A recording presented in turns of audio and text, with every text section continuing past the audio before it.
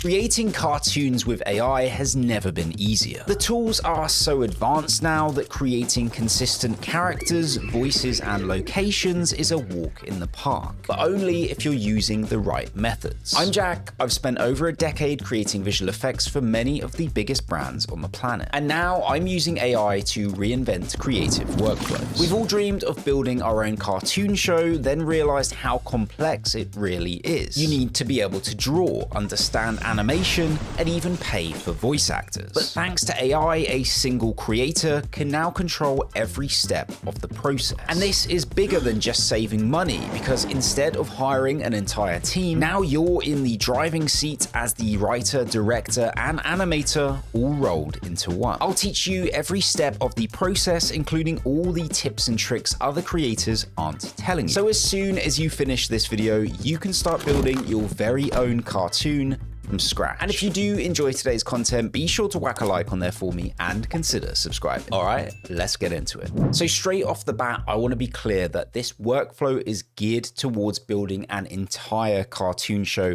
rather than just isolated scenes, which I think is actually pretty easy now. We're focusing on building up a really strong set of repeatable characters, locations, and voices which can be used to make multiple episodes and all feel consistent and part of the same world. And make sure you stick around until the end of the video, because I'll show you how you can actually use your own voice in your video generations. And this is pretty groundbreaking in my view, and something I don't see enough people talking about. The first step of the process, and a part which I think is incredibly important, is building up a strong set of references. So for this, I suggest you head over to sites like Pinterest. You could also go across to Midjourney as well. And what you're looking for is cartoon styles that really appeal to you. They have to really resonate with you. And anytime you stumble upon a reference that you really like, you want to go ahead and save it. Ultimately, the idea here is that you come away with an entire folder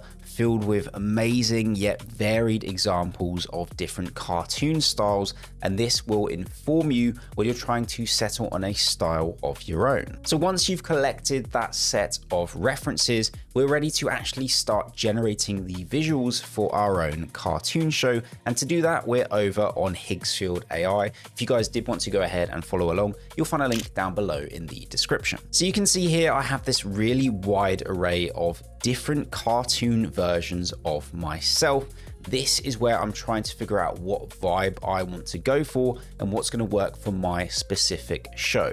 So let me show you how to do this. You first want to go ahead and drop in some reference images of yourself or the character that you're trying to create, alongside one of those style references that you liked the look of. Obviously, it's very useful to test out multiple variations, exactly like I did. And if you don't want to use your own likeness, that's absolutely fine. You can just skip on uploading the image references that I put up here. And we tie all of this together with a very simple prompt. Now, all of my prompts and materials I use for this project will be available on my school community for completely free.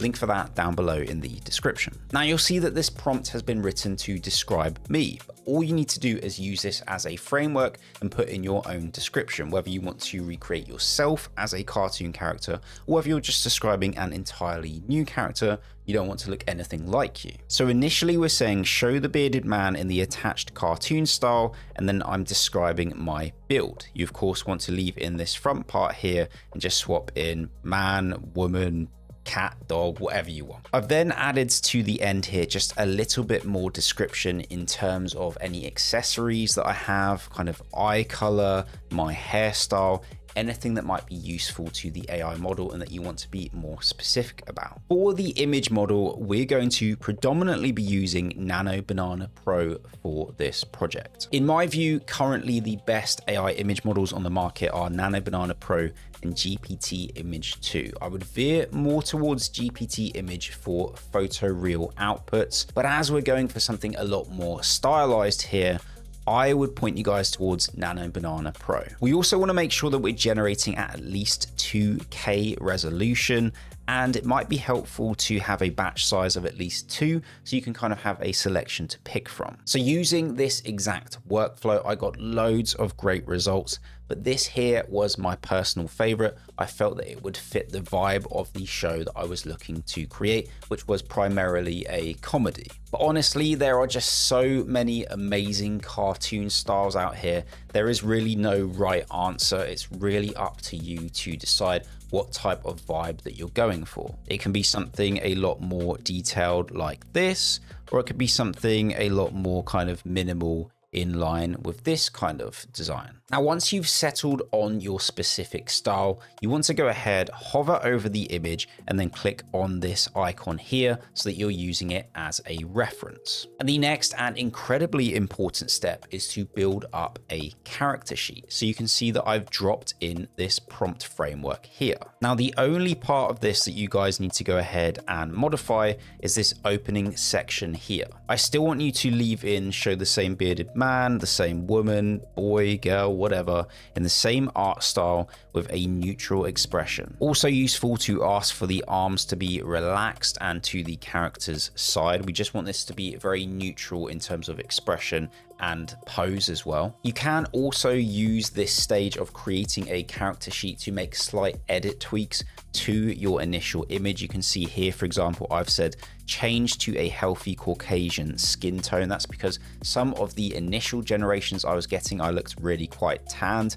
And trust me, we don't get that much sun here in the UK, so I wanted to keep it more realistic as to how I would actually look as a cartoon character. And you can see here, I've then reinforced a little bit more about the description of my character. So again, accessories, hair color and style and clothing and things like that. Particularly important for this example here, because in the reference we're using, you can't see what trousers or trainers I'm wearing. So if we don't give that information to Nano Banana, it's just going to kind of guess and you might not get the result that you're after. So once you've added those minor tweaks to this prompt framework, you can go ahead and click generate. And you're going to end up getting something that looks a little bit like this. Now we'll use this later on when we're generating our images and videos to give the AI models an understanding of what each character looks like from different views. Success with generative AI is all about providing the models as much context as we possibly can, and that's why character sheets are so powerful. Any details that we don't provide to AI image or video models, they have to make up. And that's why a lot of users end up getting frustrated. They don't get the results that they want, and they just complain that they're wasting their credits. This is one route for solving that problem. Now let me show you how you can actually create new characters using this one here as a reference. So I'm going to remove the current image reference that we have here, and I'm instead going to reference this character sheet that we just built. And I'm going to remove the show the same bearded man. I'm going to say a grumpy cat. I'm also going to get rid of the neutral expression because we want to convey that the cat is not a happy character. We can remove this entire description here, and I'm just going to say he has a red collar. We're going to keep this really quite simple. We do want to make sure, like I said before, that we're using Nano Banana Pro to build this out. 2K resolution, and let's go ahead and build a batch of 4 here. I'm going to send this off by hitting generate. And just like that, we have back our new character in the same art style as our reference image. And this is why it's so important to get your style locked in early on, because it influences everything that comes after it. Honestly, they're all looking great, but I think I really like this one here.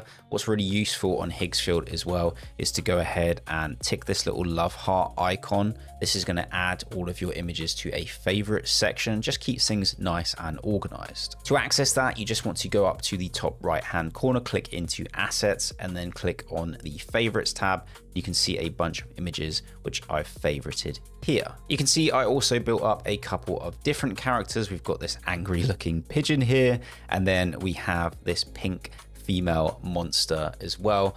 All of them have that consistent art style, which is incredibly important if we don't want to kind of break the illusion. So this first section here is all about locking in your style and then building up a selection of character reference sheets. All of this prep work is what's going to give you more control over your end result. And something else that's really important for cartoons is location consistency. And that's because a lot of these types of shows will use recurring locations. And so it's really important important that the logic holds up and that they feel consistent, or you just end up losing your audience. So we can actually go about developing our locations in a very similar way to how we built up our alternative characters. So we first want to go ahead and reference our character reference sheet. And I'm just going to drop in a super simple prompt here. We're going to say, in the same art style without showing any characters, show a cozy living room, comfy couch, and a big TV. And we get a result something like this. And this becomes our key visual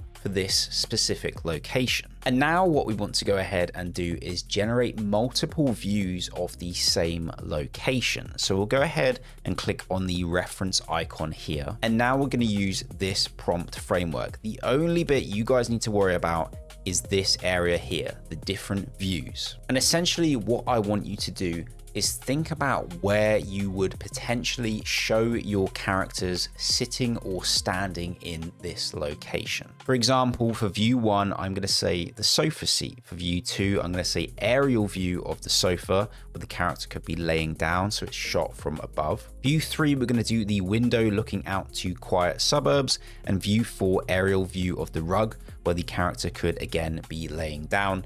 Let's say if he's having some kind of difficult day and he's decided to just lay down on the floor on the rug. And you'll end up getting a result something like this, where we have these 4 different views which are completely empty, which we can then place our characters into, and we can use these multiple times. That's going to allow us to lock in that sense of consistency. I think the kind of family living room, and particularly the sofa, is a great example of this. If we think about shows like Family Guy or The Simpsons, a lot of action happens around that kind of family-centric area. But again, by taking all of these steps, it's just giving you as the creator much more control over your end result. You're now going to be able to block out your scenes as you see fit, rather than just kind of generating them from scratch all of the time. We're always referencing these repeatable assets. So let me just go ahead and give you guys a good example of this. First of all, we're going to once again reference the character sheet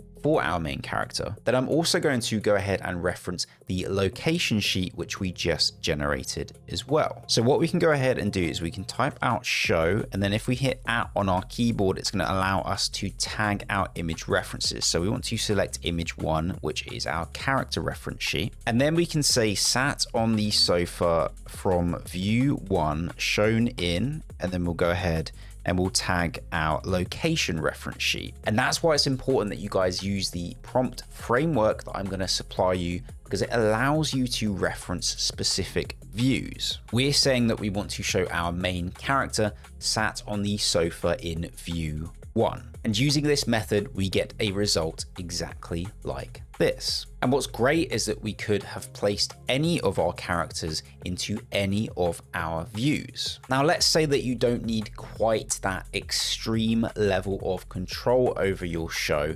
You can just reference your character sheet and then describe the type of scene that you're looking to build. So you can see in this example here, we have our main character in this lab. Also got a shot of him here sat on a park bench, and an image here of me leaving the house and instantly getting soaking wet from the rain. Very British problems. So this approach here, when you're just referencing your character sheet and adding in a prompt to describe the scene, is great for kind of like cutaways. But if you want ultimate control, I would suggest building out a selection of different location sheets that you can use going forward.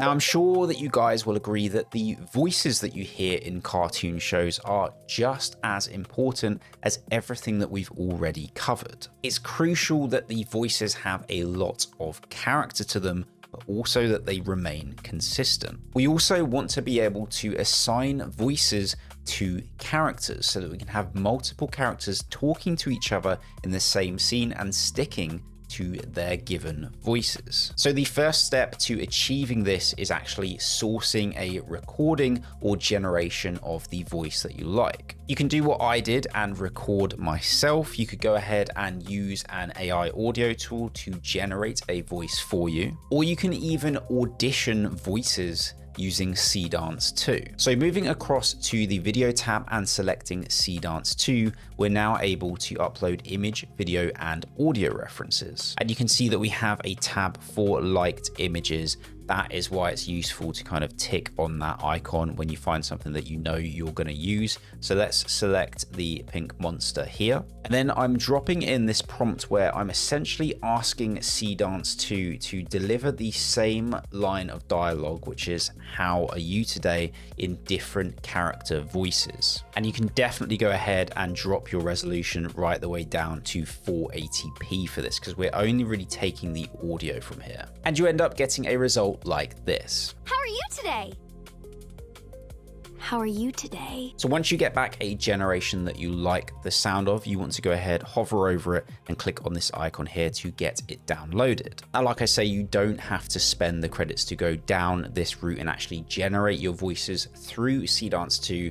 I just thought this was a really interesting technique that I came up with that I wanted to pass on to you guys if you did want to try it out. So over in your editing software of choice, you want to go ahead and bring in that generation or that recording of the voice that you like. And you want to just trim it down so the only thing that's left is the style of voice that you liked. We're chopping down that entire sequence or recording just down to the voice that you prefer and that you want to use going forward for that character. And this is where it gets really weird and specific, but just go along with it, guys. This is the way to get this method to work. You want to go ahead and just hide the video track for this, and we are going to go ahead and export this as a blank video with the audio track there. Now, of course, you can also export as an MP3, for example, so that you're just putting out an audio file. But for whatever reason, with like really specific voices, using audio references doesn't really work. But using blank videos with audio references in them does. And let me just show you an example of this to prove that this method has to be used. So here I've dropped in audio references of both myself speaking that I just recorded with this microphone here, and then one of the voices that I liked for our pink monster. First of all, let me show you the generation where I am using audio references, so just MP3 files. So do you come here often? Not really. The last time I came, I got kicked out for eating someone. So you'll see that my voice kind of just defaults to like a neutral, generic British accent. But let me just scroll up here a little bit more, and then I can show you what happens when I add in and reference those blank videos with the same audio recordings instead. So do you come here often? Not really. Last time I came, I got kicked out for eating someone. Ma'am, may I interest you in... God, sorry. That's so embarrassing. Just listen to the difference. This has literally put my voice in the generation as a driving asset. And I'm sure you're wondering how I got to this end result here. What type of prompts did I use? For example, you want access to the entire workflow. Well, I'm going to build out an entirely new scene from scratch with you guys right now. First, what I want to go ahead and do is reference the character sheet of myself. And then I also want to reference the character sheet for this cat. And I'm going to say, in the same art style, show the cat sat on a bed inside a nice bedroom, and show the man stood in the doorway holding a camera on a selfie stick. The camera is directed towards his face. And just to give Nano Banana a little bit more context, I'm going to say he is a content creator. Let's go ahead and make up a couple of different variations of this scene and hit generate. So we have back our results. Both of them look really good. The art style is remaining nice and consistent. And this is to show you guys that you can just add in a very casual, like non-technical prompt and still get the results that you're after. However, what you do want to focus in on is the finer details. So if we look at this generation here, it's more likely that the camera would be facing around this way, right? Or the phone would be facing this way because you would want to see yourself. This one here doesn't really make a lot of sense. And you also want to think about the things that could go wrong when you actually come to generating your AI videos. And for me, this mobile phone screen here, it's a bit of a red flag. For the AI video model to actually understand that the content that's being shown on the phone screen needs to reflect this exact viewpoint and action happening from my character, that's going to be pretty ambitious. So I kind of want to avoid that. So I'm going to pick this one here to be the key visual of our scene. So this is step one, really. We've already got our character sheets for both of the characters which are going to be featured in our new scene. We've also got our key visual, which gives our AI video model an understanding of the location. Once again, if you wanted more control, you could go ahead and use a location reference sheet to block out specific framing to have your character interacting with the location if you want to have that level of control. For our example, however, I think this is going to work fine. So I'm going to go ahead and get this downloaded.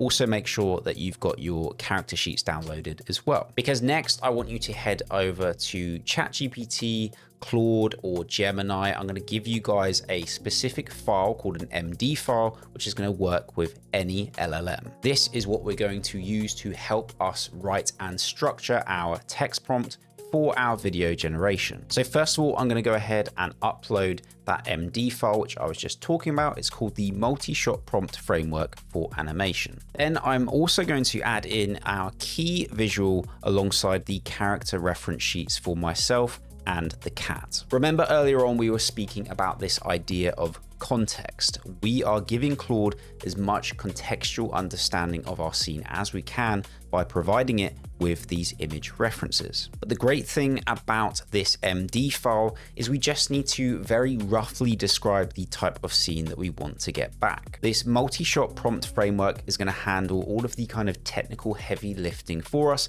so we can just focus on being creative and coming up with our scenes and ideas. So I've added in a very simple paragraph here, which is detailing the scene that I want to create. I'm making sure that I'm actually adding in any lines of dialogue that I want to appear, because I want to generate you guys a scene where we have multiple characters talking. And this is all that we need to give the prompt framework. Let's go ahead and send this off. I'm going to see Claude get to work here. You can see that it says here, reading the multi-shot prompt framework skill. Identify that this is an animation scene featuring dialogue. This framework defaults to a 15-second long generation, but if you do want a shorter scene, all you need to do is add in that information to your initial prompt. So just tell Claude, for example, I want a 5-second, 7-second scene, whatever you like. You can see that it's included specific timestamps for when each shot needs to take place, the composition and lens used for the shot, any action that needs to happen,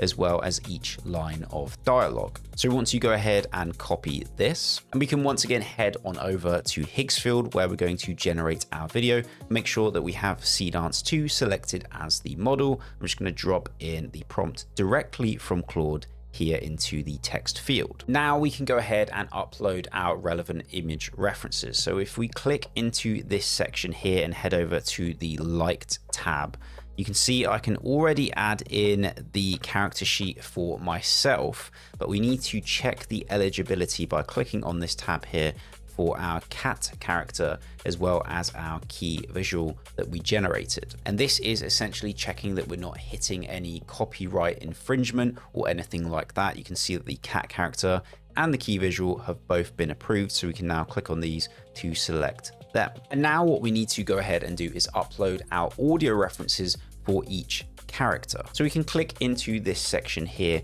go across to uploads, and then select upload media. So I have an audio recording of myself delivering the lines I want to hear in my final video generation. And then we also have an audio snippet for our cat character. You can see that once again, both of these files need to be verified. They need to be checked for any IP infringement. And very quickly, you can see that both of these have been approved. So we can go ahead and select these. Now, this is the really important bit. After each line of dialogue, we want to click on the @ key, and that's going to bring up this drop down menu. I know that, for example, video 1 is the reference of myself talking, so I want to tag that reference whenever I'm delivering my line of dialogue in the prompt. With our cat, we want to tag video 2. Remember, these are just the blank videos with the audio track underneath them. Uploading MP3s just doesn't work for some reason. So this is another line of dialogue for myself. So I'm going to tag video 1.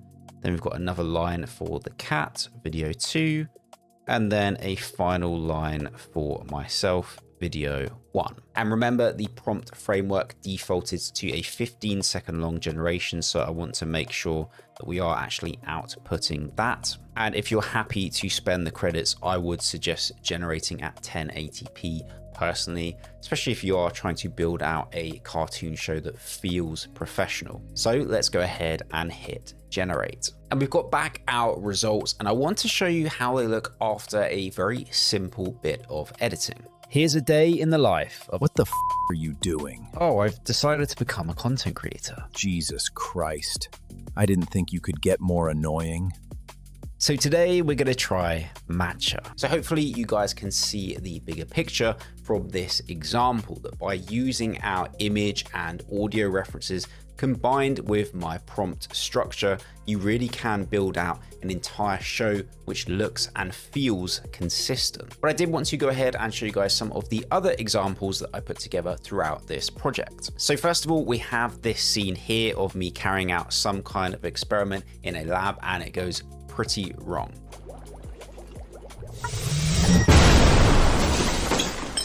And I think the result for this is really quite good. The visual gag lands really nicely. In terms of the prompt, this, like all of the examples that I'm going to show you guys, was built using my MD file and in conjunction with Claude. And in terms of the image references that I used, we've got the key visual that I built alongside my character reference sheet. We also have this generation here where I have a monster under my bed.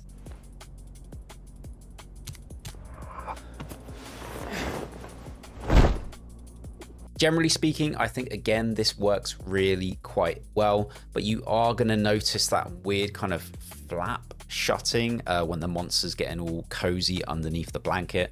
I don't know why that happens, but to be honest with you, I just ended up cutting that off the end of the shot. It's often about thinking how you can use existing generations rather than spending more credits to get the perfect result. If there's an issue at the start or the end of a shot, it's usually pretty easy to just cut it off in the edit. And then I did also want to show you guys what can sometimes happen if you only put in your character reference sheet.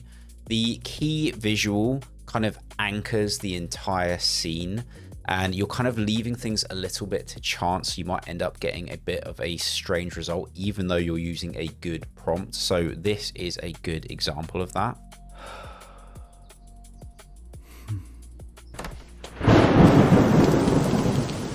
I still think this is really cool, to be fair, but obviously it's probably not what you're after if you're building out a cartoon show. Still impressive how Seedance 2 has integrated that cartoon character into like a photo real world, especially when it's raining as well.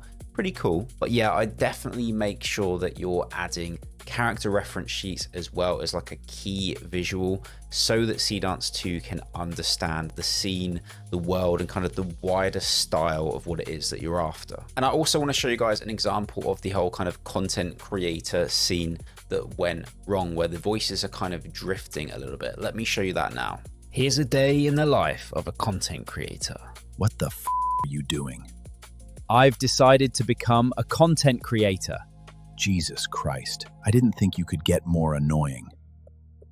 So today we're going to try matcha. So you'll notice that my voice is kind of drifting in and out. If you guys do have this problem, what I'd recommend you do is that you cut each line of dialogue into individual 2-second clips rather than having it as part of one long clip. And if you do run into really bad problems trying to get your voices consistent, maybe just generate individual shots instead of a multi-shot prompt.